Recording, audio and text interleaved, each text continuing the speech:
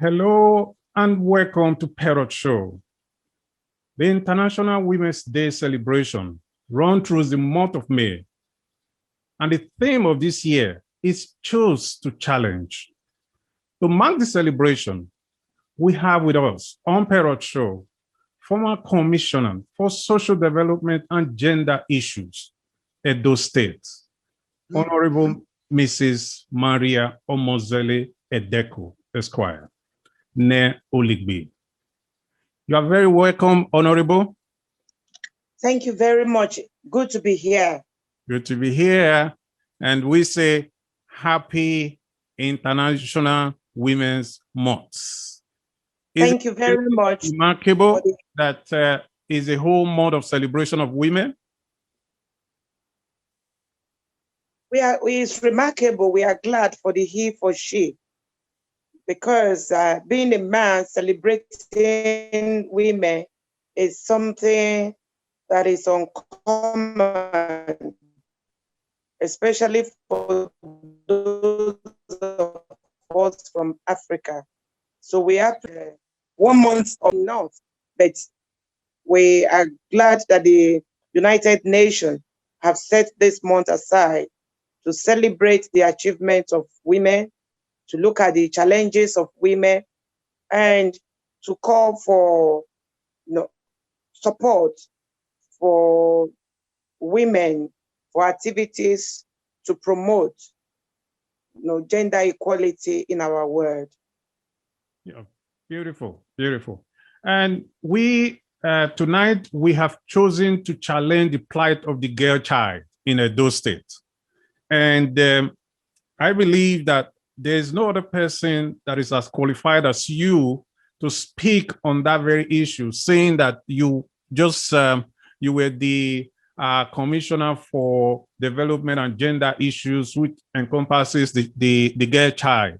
So you would know a lot. But for those who do not really know, when we say the girl child, who do not really have the basic understanding, in your opinion, what does the phrase the girl child, what does it really mean?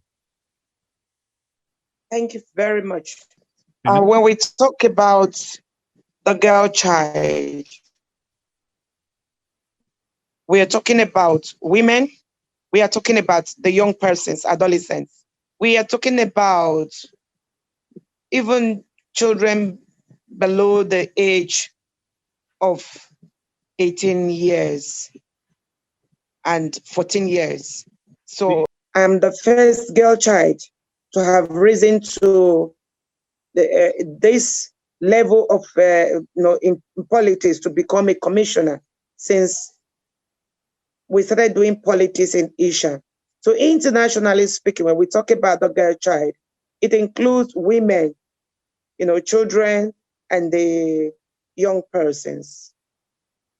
So it has to do with the sex, being female. Okay. All right. Now, the reason why it is important to talk about the girl child and why we have decided to, because the theme of the International Women Day celebration this year is Choose to Challenge. And we decided to look at the different ways that we can actually challenge the plight of the girl child. And you happen to be, when you were the commissioner, you happen to be in charge of that. And I know you must have done a lot to challenge the plight of the girl child. And those are the things that we are going to be talking about today. For example, trafficking is something that has been very rampant in Edo State for so many years. And I know that government have been trying to do something about it. And I know that you have been saddled with the responsibility of children, must have done a lot about it. So we want you to talk about how you have chosen to challenge the plight of the girl child. Thank you very much. The girl child, when we talk about the girl child in Edo State, we're talking about the challenges. If you look at part of the theme for this year's International Women's Day celebration, it has to do women in leadership. achieving an equal future in a COVID-19 world. Women in leadership. Before I come to the issue of trafficking, I would like to talk about the problem that the girl child has encountered in Nigeria, in Africa, and in Edo State with basic education. Education is the key that unlocks, the door to, so many things. When you look at our cultural background, for several years, there is this male preference to the girl child, that you will see parents, they think that the money spent, invested in the education of the girl child is to the benefit of the husband's family. So because of this, so many young women were denying access to education. And this has become a problem for us. Now, when you look at the issue of leadership, from the cultural setting, the deliberate exclusion of women from decision-making position, from political position. Look at all the political parties. They even where they provided for women inclusion in their constitution, the only role they gave to the woman, that the woman leader, that they will mobilize women to vote. And I frown at that.